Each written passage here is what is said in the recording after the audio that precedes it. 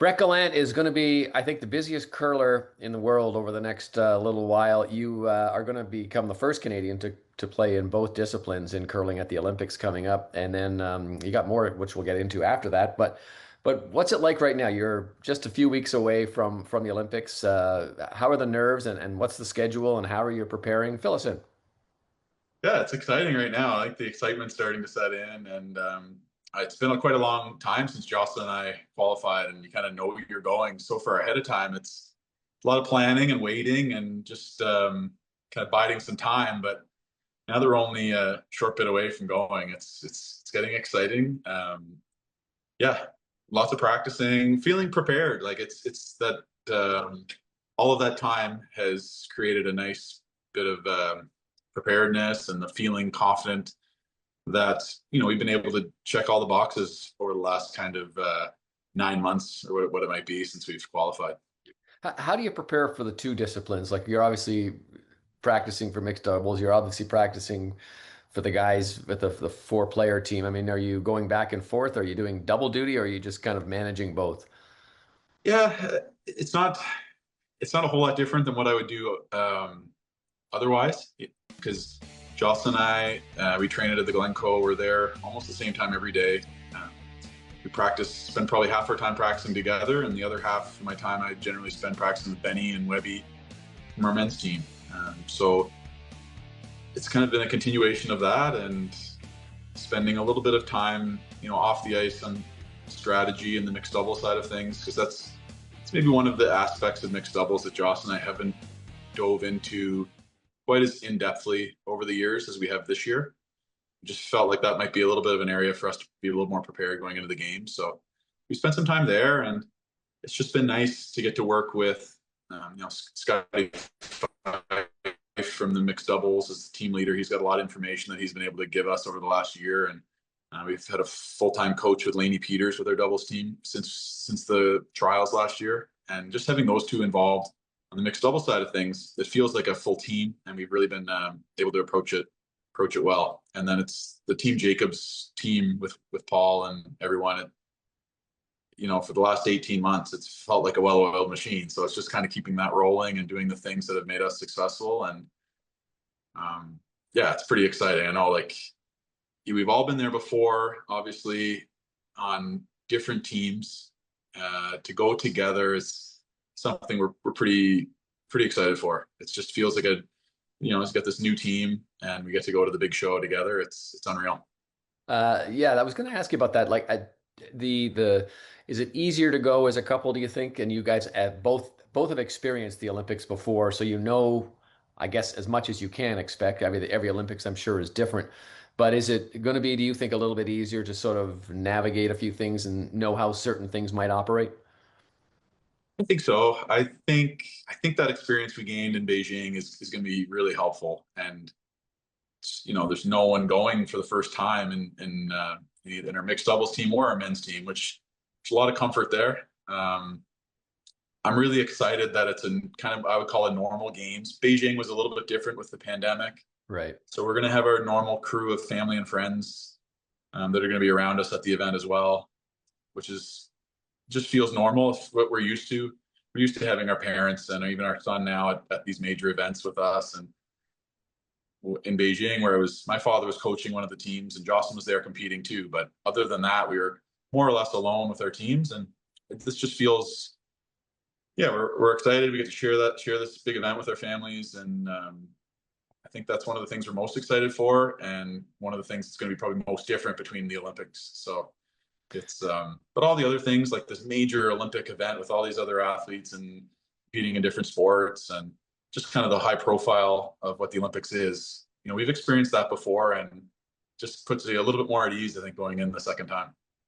I don't know if you're going to have a lot of time to go and look at other events or something, but I'm looking at the schedule to start off. I think you start 2 days before the actual opening ceremonies.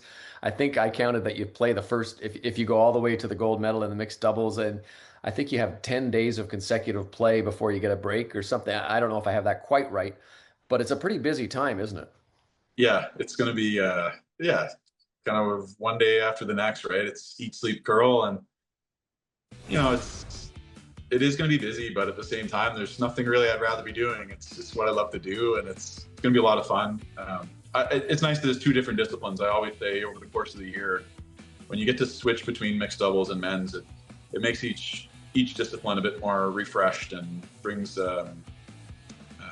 just mixes it up a little bit. It gets you a little bit out of the monotony of a long season. So to be able to do that and have that switch halfway through, I'm looking forward to that. And it's just cool. Like, I mean, it's yeah, younger Brett would find this really, really kind of cool that I'm getting to do this. So it's like, I'm trying to keep that perspective too. Like, this is going to be a heck of a lot of fun. Yeah. And to be able to do it with Joss and get to do it with the guys it's unreal.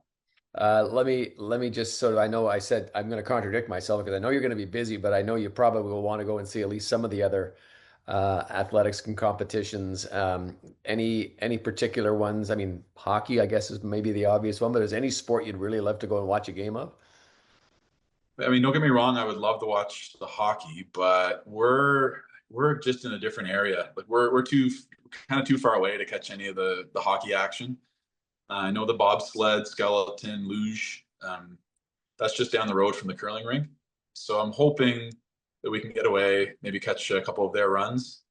But yeah, it is going to be busy. But we train in Calgary with actually a lot of the bobsled, luge, skeleton athletes in the summer. Like, we see them quite a bit. So I'd love to see them competing. I've never witnessed that in person. So if we can get to maybe a couple of their runs, it'd be nice. But obviously the priorities on curling and relaxing and being ready to roll. So What have you heard about the rink construction? Because I saw a picture the other day that didn't look like it was quite ready for prime time just yet. Have you heard any stories about that yet?